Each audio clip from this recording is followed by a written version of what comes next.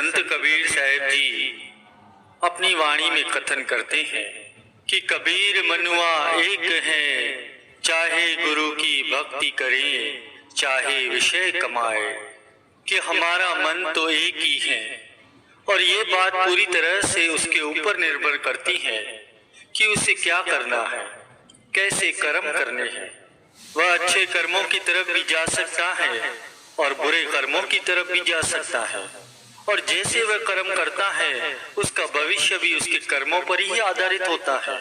और वह परमपिता परमात्मा मनुष्य के कर्मों में कभी भी दखल अंदाजी नहीं करते। मनुष्य जैसे भी कर्म करता है वह वैसा ही फल उसे देते हैं। तो किस्मत को दोष देना ऐसा है जैसे कि कोई आम के पेड़ के नीचे बैठकर ये कहे कि आम खुद ही मेरी झोली में पड़ जाए और मुझे कोई मेहनत ना करनी पड़े। अक्सर सत्संगी अभ्यासियों की ये शिकायत रहती है कि हमारी किस्मत ही खराब है, हमारी किस्मत में ये लिखा ही नहीं है, हमारी किस्मत ही अच्छी नहीं है, जिसके कारण हमसे कोई भी काम ढंग से नहीं हो पाता। यदि हम कोई काम करते हैं तो उसका फल हमें उतना नहीं मिल पाता जितनी कि हमें उम्मीद होती है। हम मेहनत ज्यादा करते हैं और उसका फल हमें कम मिलता है। और यही बात भजन बंदगी की आए, रूहानियत की आए, तब भी यही बात कहते हैं कि हमारी किस्मत में मालिक की भजन बंदगी लिखी नहीं है। गुरु को वीडियो लाइक करना, सब्सक्राइब करना प्लीज़। बहुत मेहनत से मैं आपके लिए वीडियो लेके आता हूँ। आप प्लीज़ वीडियो लाइक कर दो, सब्सक्राइब कर दो, शेयर कर दे करो वीडियो, और कमेंट में लिख दे रहे हो जय सच्चिदानंद प्लीज़। क्योंकि अगर लिखी होती तो मालिक ने खुद करवा लेनी थी, और इसी के कारण हमसे मालिक की भजन बंदगी नहीं होती। और हम तरह तरह के बहाने बनाने लगते हैं और कहते हैं कि इस समय मालिक की भजन बंदगी नहीं की जा सकती, क्योंकि अब घोर कलयुग चल रहा है, माया का बहुत गहरा प्रभाव पड़ रहा है। काल ने सभी को माया की मीठी नींद सुला के रखा है और उसका बहुत जोर चल रहा है, जिसके कारण अभ्यासी से भजन बंदगी नहीं हो पाती। तो कुछ ऐसे सत्संगी भी हैं जो काल को आगे रखकर भजन बंदगी करने से बचते हैं, तरह तरह के बहाने बनाते हैं। हम तो बड़ी आसानी से कह देते हैं कि काल का बड़ा जोर है इसलिए हमसे भजन बंदगी नहीं होती। परंतु जरा विचार करके देखिए कि जब सतपुरुष श्री गुरु नानक देव महाराज जी का समय था तो उस समय लोगों पर कितना अत्याचार हुआ करता था, कितना भेदभाव होता था। जब संत कबीर साहब जी का समय था तब भी लोगों पर अत्याचार होता था।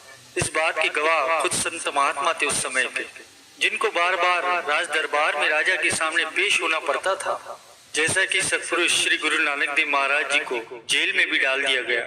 संत कबीर साहब जी को उस समय के धनवान सेठ भला बुरा कहते थे, परेशान करते थे। तो संत महात्माओं के साथ उस समय क्या क्या नहीं हुआ, इस बात पर विचार करना चाहिए। आज का समय तो फिर भी ठीक है, परंतु जब सतपुरुष श्री गुरु नानक देव महाराज जी आए तब कितना अत्याचार था, परंतु फिर भी उन्होंने नाम की चर्चा इस संसार में की। उस मालिक की भजन बंदगी करते हुए कहां कहां नहीं गए, जगह जगह अपने रटन करके नाम का प्रचार किया, लोगों को सच्ची राह दिखाई, उस कुल मालिक के नाम से जोड़ा। और उस समय के दौरान उनको क्या नहीं सहन करना पड़ा, हर अत्याचार को सहन किया। जब वे बगदाद गए तो वहां पर कुछ लोगों ने उनको खाई में गिरा दिया, परंतु वहां से भी वे बाहर आ गए, फिर नाम का प्रचार करना शुरू कर दिया।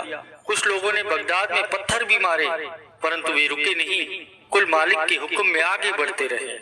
और यहाँ हम कहते हैं कि हमसे भजन बंदगी नहीं होती, हमसे भजन सिमरन नहीं होता। हमें इस बात पर विचार करना चाहिए कि आज का समय तो फिर भी ठीक है, वो समय कितना कठिन रहा होगा जब संत महापुरुषों पर इतने अत्याचार होते थे।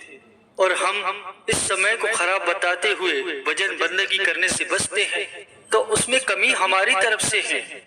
क्योंकि अगर हम अपने सदगुरु के उपदेशों को मानकर नाम की कमाई करें तो हमारा मिलाप उस परम पिता परमात्मा से हो जो कि हमारे बहुत ही नजदीक है।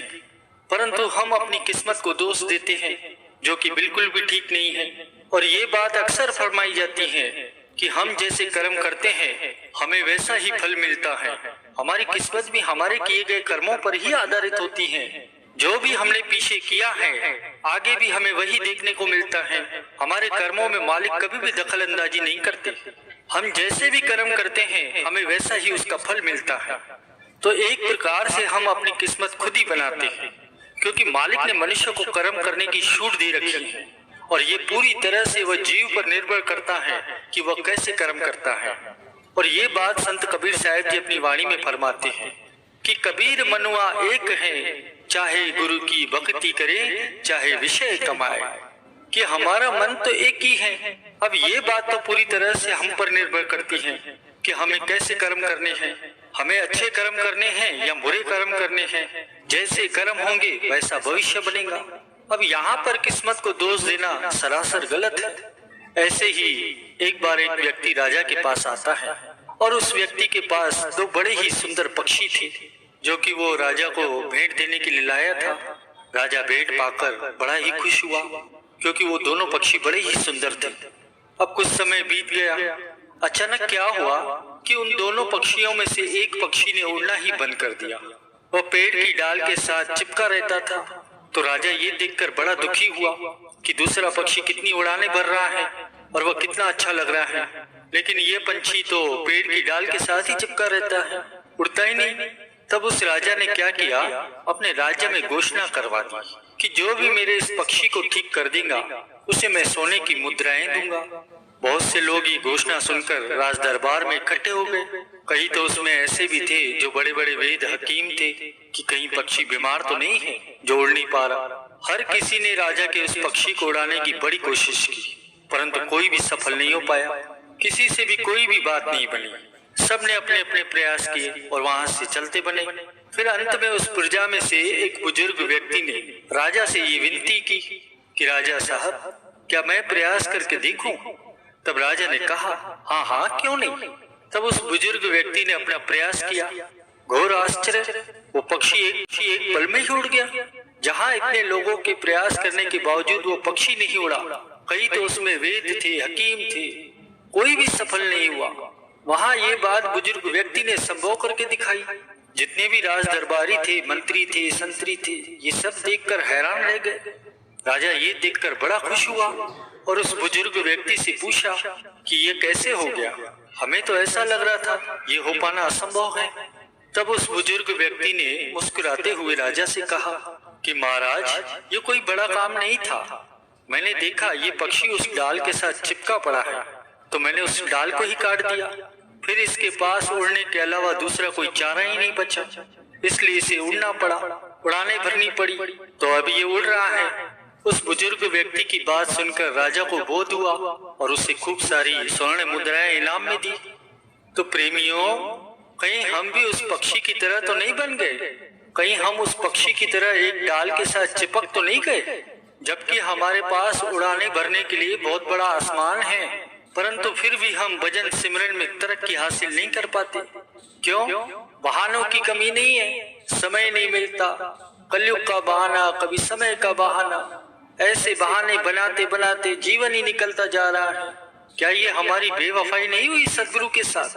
हमारे संत सदगुरु कितने दयालु हैं, हम पर आए दिन दया करते ही रहते हैं। वो कभी बेवफाई नहीं करते हमसे, वे तो हम पर अनविरत कृपा करते रहते हैं। तो हमारा क्या कर्तव्य बनता है कि हम अपने सदगुरु के वचनानुसार चलकर निरंतर भजन अभ्यास करते जाना है बिना नागा किए। जब हम निरंतर प्रयास करते जाएंगे तो एक ना एक दिन मालिक की कृपा अवश्य होगी, क्योंकि अगर जीव मेहनती हो तो मालिक उसे वह भी दे देता है जो उसकी किस्मत में नहीं होता। गुरु को वीडियो लाइक करना, सब्सक्राइब करना प्लीज।